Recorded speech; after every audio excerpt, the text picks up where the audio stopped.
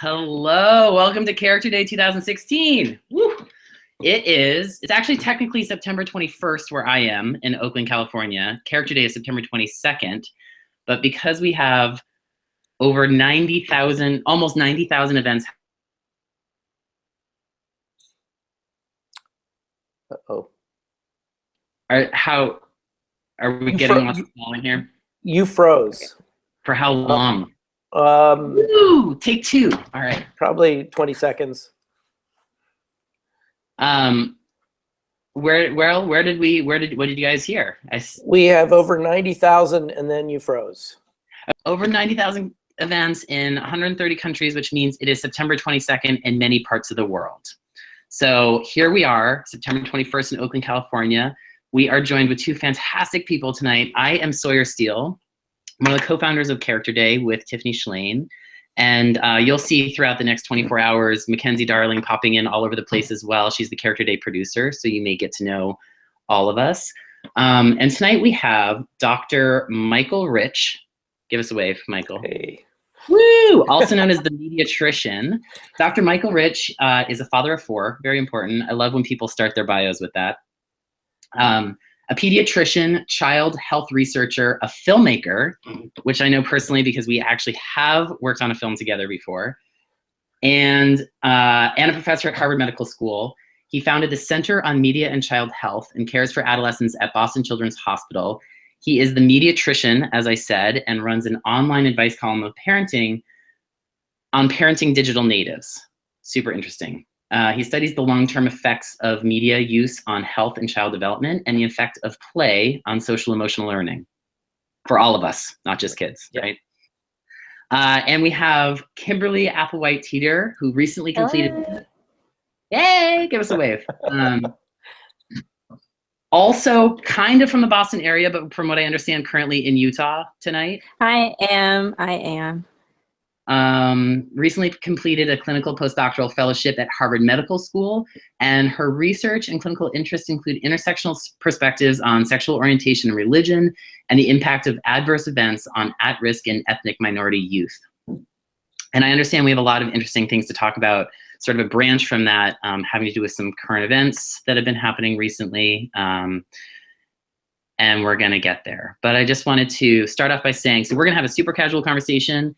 All of you out there listening, ask questions to any of the three of us here by going to Facebook or Twitter and asking a question with hashtag Character Day 2016. And our team is all here fielding all these questions, and we'll get them to me.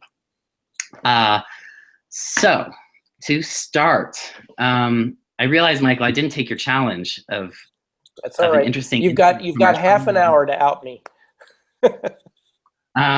Okay, so I'm going to start by asking, fancy bios aside and all these words, Michael, how would you describe what you do? What is your work?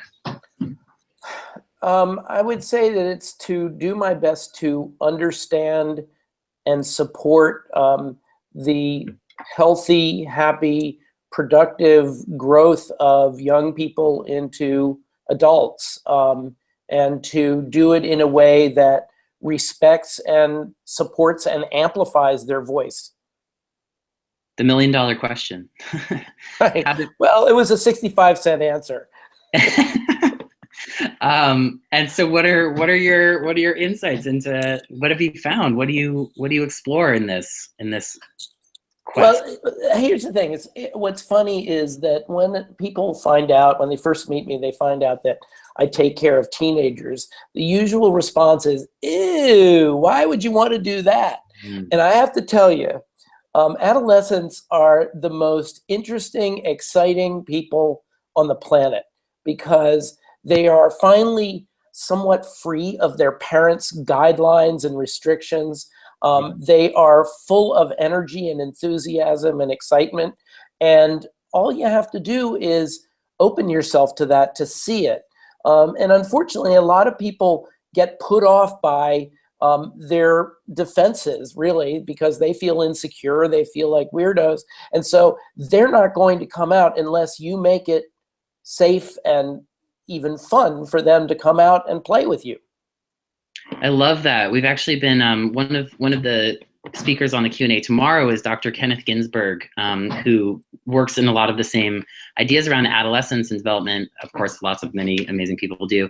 And we've been talking with him about a film that's really about reframing how we think about teenagers. Because like you said, the number I have, my first kid is about to turn 1. And I'm already just wait till he's a teenager.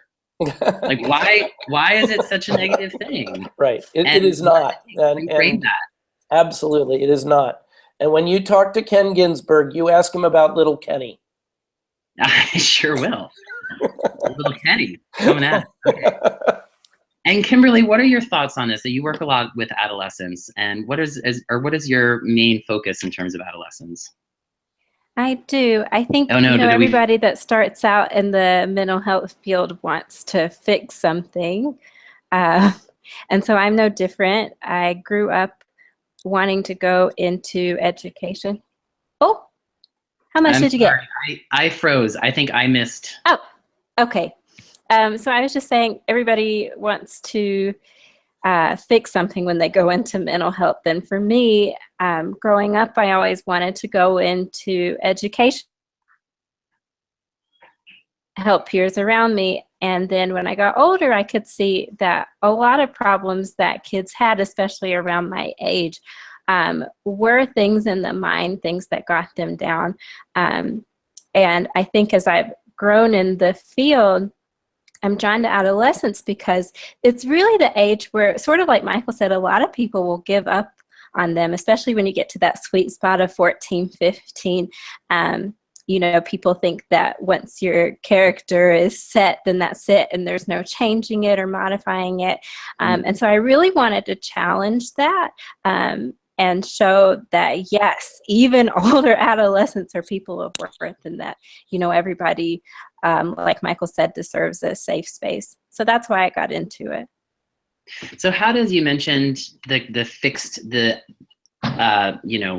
preconceived notion that our character is fixed at some point in life. And of course, all of this work around Character Day and the science of character and the adaptable mind, and all of this is about how we are learning throughout our entire lives, and we are always evolving our character, and everything we do has the potential to develop character strengths. So how does that exact work fit into the bigger framework that you're talking about? Well, I think that in general, it's easier for people to believe that your character doesn't change because people like predictability. It's great if you know what you're dealing with going into it. And so, sometimes it's easier to say, this person's not, never going to amount to anything, or they're always going to be a troublemaker. And I just really want to bring out the humanity in people and the human experience to show that, yes, there can be change, there can be differences in interactions. And I do a lot of work with families. And so I find that especially helpful to just sort of reframe the ideas that people have about character and showing that it can be a malleable thing.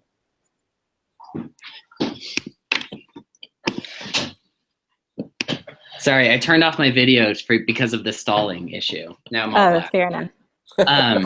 Okay, I have to take a charger break. 1 second. Ask Michael a question. Absolutely. So, well, I guess that train of thought was gonna shift, but I think one of the things, let me sort of build on that, and I think that one of the amazing things about human beings is that if we allow ourselves to, we are constantly in the state of becoming. I think that we get in trouble when we think we've gotten there, when we think we've succeeded, when we think we've got it all figured out, as at least one of our presidential candidates, is claiming. And I think that what is wonderful about the great people in history and the great people that we know today is that they're always questing, they're always learning, they're always acknowledging that they can do more. And what that is driven by is a sense of hope, a sense that it can be better, and that we have a responsibility to do what we can to make it better. And that's the thing that's exists even in the, hello doggy, even in the kids who society would have labeled as, you know, lost, kids who are in detention, kids who have mental health issues, but they still have a childlike quality if you can find it, and if you can cut through the layers of offenses that they have built up from years of disdain and disrespect. And how do you think, so much of your work is about media and the impact of media on all of this, but on our development and all that. How to, I mean, of course, we could easily go down the negative impact of media. Right. How do we flip that and talk about the positive impact of media and the potential of all of this that we're talking about? Well, first of all, we have to take a step back and stop blaming the media. Media are tools. They do not have a vector of positive or negative. We give them the vector of positive or negative. So the very things that can help us be more connected, the very technology that we are using right now to bind us together around the world with people in 130 countries potentially, can also be used to isolate us, where we can stare at a screen on our smartphone for hours and hours and not connect with anybody in a real way, but just having connectivity. And so one of the things that we have to do is be mindful in our use of these tools so that we are using them to become and remain more connected with each other rather than just connecting with each other.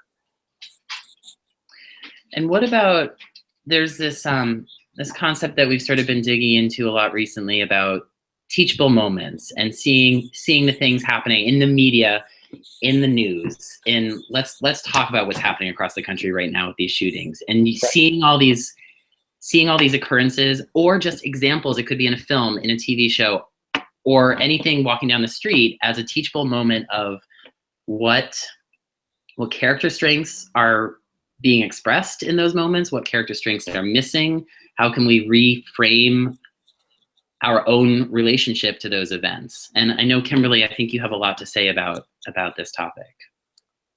For sure.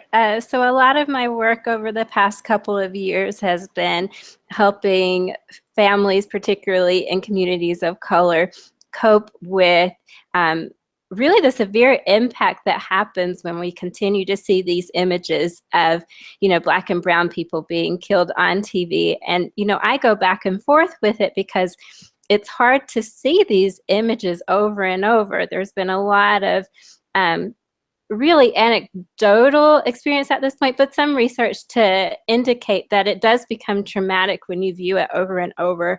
But also something very powerful happens, I think, when you're able to come together.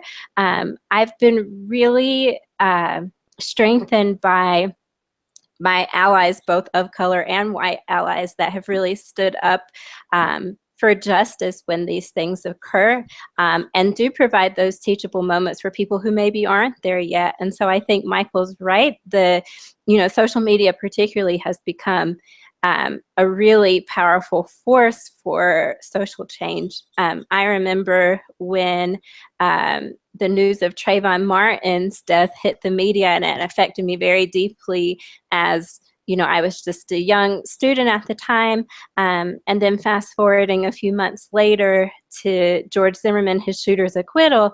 And then I was a new mother, and I had a totally different set of experiences, and I didn't know what exactly to do with it. And I felt almost powerless that I didn't feel safe to, you know, hit the streets of New York and do all the protests and everything because I had different priorities. And so media has really been another outlet for me and people my age and in the same situation to still feel like we have a voice for change. And so I think it's really powerful. Absolutely. I'm thinking about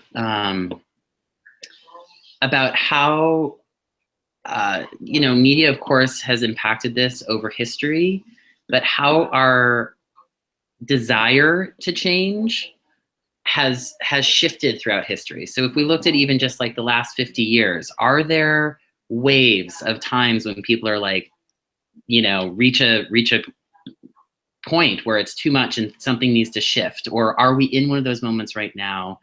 At least from the character day perspective, and of course these things are all interrelated. They're not the exact same conversation, but they're interrelated for sure, that in the last 3 years, we have seen such an incredible growth over the interest of having this conversation.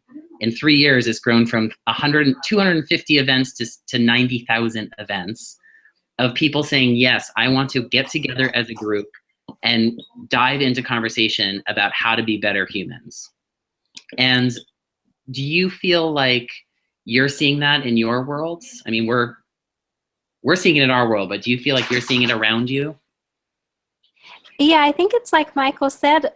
I think with the advent of these new media types, that people are really just trying to learn how to communicate with each other again. We had totally different ways of doing it before, and now we have these new tools, and we have to relearn them and then figure out how we're going to connect again. I mean, just to give a silly example, I was watching this silly show on ABC that was talking about the right things to text a romantic partner, like if you want to initiate a relationship. And 10 or 15 years ago, you would have been having like a speed dating conversation on how you would initiate those conversations. And so I think we just are learning how we can like work our media instead of having it work us, I think.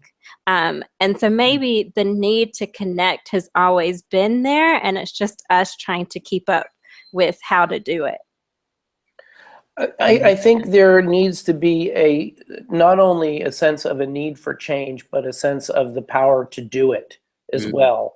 And I think that we are indeed right now at something of a tipping point, and a potentially very dangerous tipping point in our society, at least in the US, because of this frustration and need for change, but not always a sense of directionality for that change, or how we make it happen, what direction we want to go in.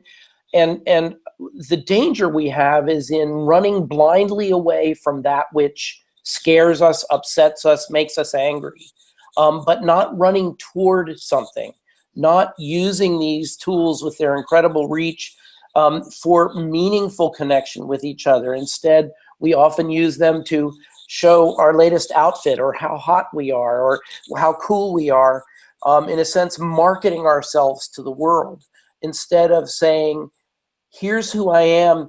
Not only here are the things that I love, but here are the things that scare me. Here are the things that make me feel vulnerable. And who out there shares this vulnerability with me? And how can we connect with each other in a way that makes us stronger together? Mm-hmm. Yeah. I mean, it's interesting,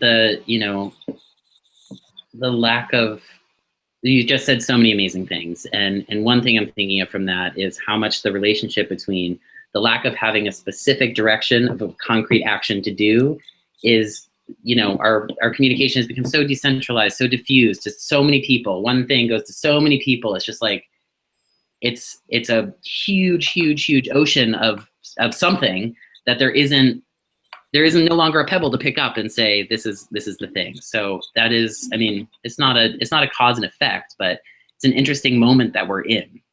Yeah, it's very interesting. A study just came out that 52% or something like that of high school seniors do not know that Osama bin Laden is dead, which, surprised people. I mean, this happened 5 years ago. They did not know he was dead. And what they discovered was that there is so much stuff out there going in so many directions that we now have a disaggregation of information.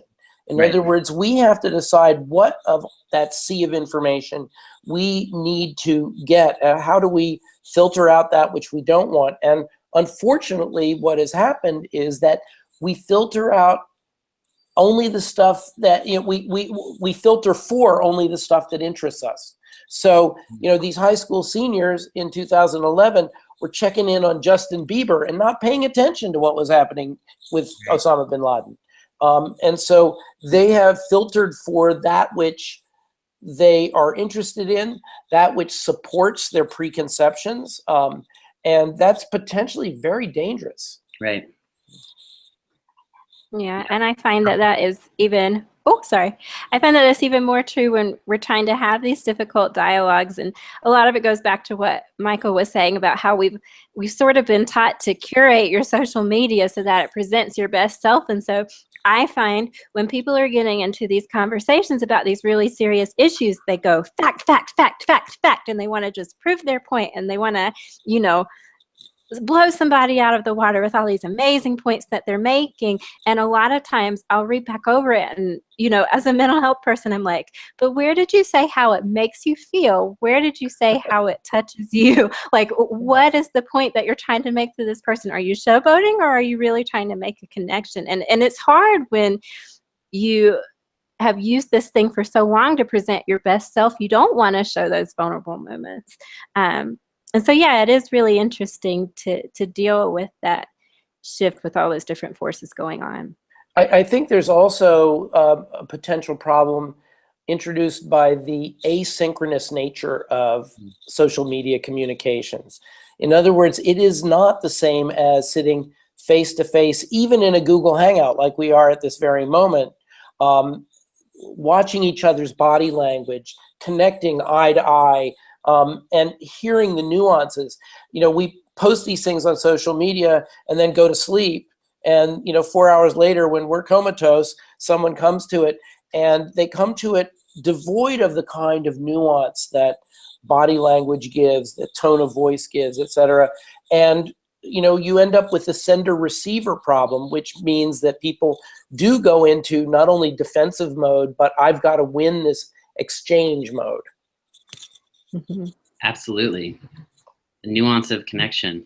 And actually, this is a great, because we do have to wrap it up. I do want to take a couple of questions from people out there, because there have been some questions coming in.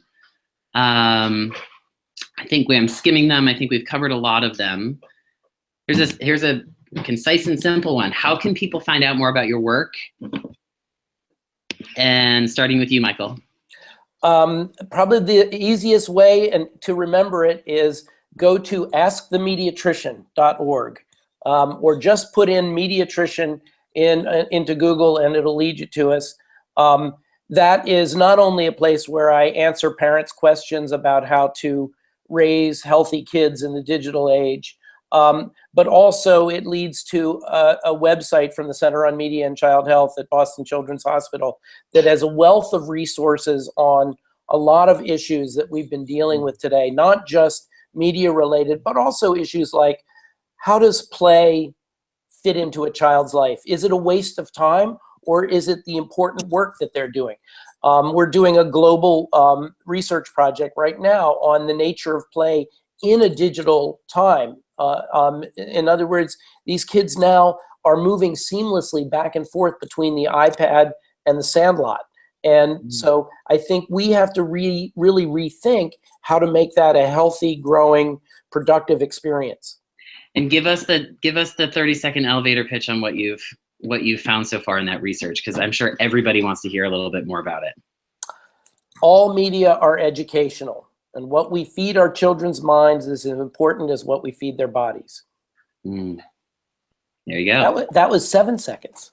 That was beautiful.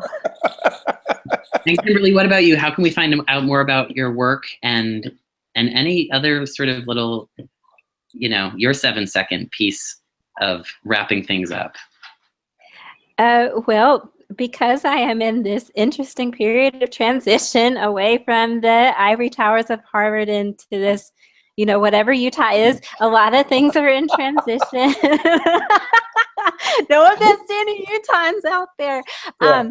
But due to the great tutelage of Dr. Rich and everybody in the Boston LEA program, I will be reactivating my Twitter, so you can follow me at PsyD. Also, myself and some colleagues from UPenn are going to be trying to further our work on helping families cope with racial trauma through trauma-informed frameworks, and hopefully we'll be presenting on that at a couple of conferences in April, so you could look out for that too.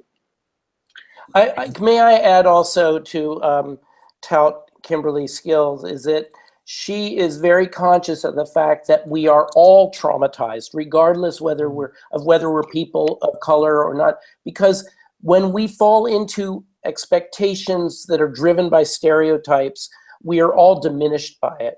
And she led a phenomenal discussion with a whole host of professionals, and in minutes had us on the edge of tears, because she brought us to a place where we could be vulnerable with each other and learn from each other. So she's good. Thank you. Got the chops. Well, we all have so much to learn from each other. Two quick things to those out there who are listening are we have this campaign going on for the next 24 hours and then continuing from there, the Pass It On campaign. So if you go onto any social media and think of anybody who you appreciate their character strengths, you admire from afar in your home, a hero from history, and say, I nominate Michael and Kimberly for their courageousness and creativity and passion. Pass it on, hashtag pass it on. And then the idea is that then you go out and do the same thing, and in the ripple, because we all need to hear that. That's part of how it all happens. And one other thing I wanted to note that some of your points, Michael, about some tactical things of we have something that is 10 daily practices to strengthen your character. So they're the simple things like ask somebody permission before you post. Think about how they're going to respond to a post. Think that when you're going to bed at night, think about 3 people or moments that you're grateful for. Ask somebody's name and find out a little bit about them when you're, somebody who you get coffee from. So simple things in your daily life that just sort of help this shift. We all need to have this major cultural shift. So thank you everybody for joining, and especially to you two. Thank you very, very much for wonderful wisdom and insights and contributions to all this conversation, and for vulnerability and wanting to learn more and all of that. So thank you. Kimberly, I hope to meet you in person soon. Michael, yeah. I hope to see you again soon. And Character Day 2016. All right. Well, thank you for giving us this opportunity. I have learned and grown in the last half hour. I have too. Thank you so much. Thank you, everybody. Bye, Kimberly. And there will be Bye. Good to see you. Another Q&A starting in 30 minutes at 8 p.m. Pacific time. Thank you very much. Bye-bye.